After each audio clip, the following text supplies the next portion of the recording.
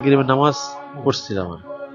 নামাজ পড়ার পরে সুন্নত পড়ছি 2 রাকাত, পরে নফল পড়ছি 2 রাকাত আর কি। পরে ওদিক দিয়ে মসজিদের পাশ দিয়ে আর কি ইয়া মাইক রিক্সা দিয়া মাইক বাজাইতেছে যে মেলা মেলা মেলা।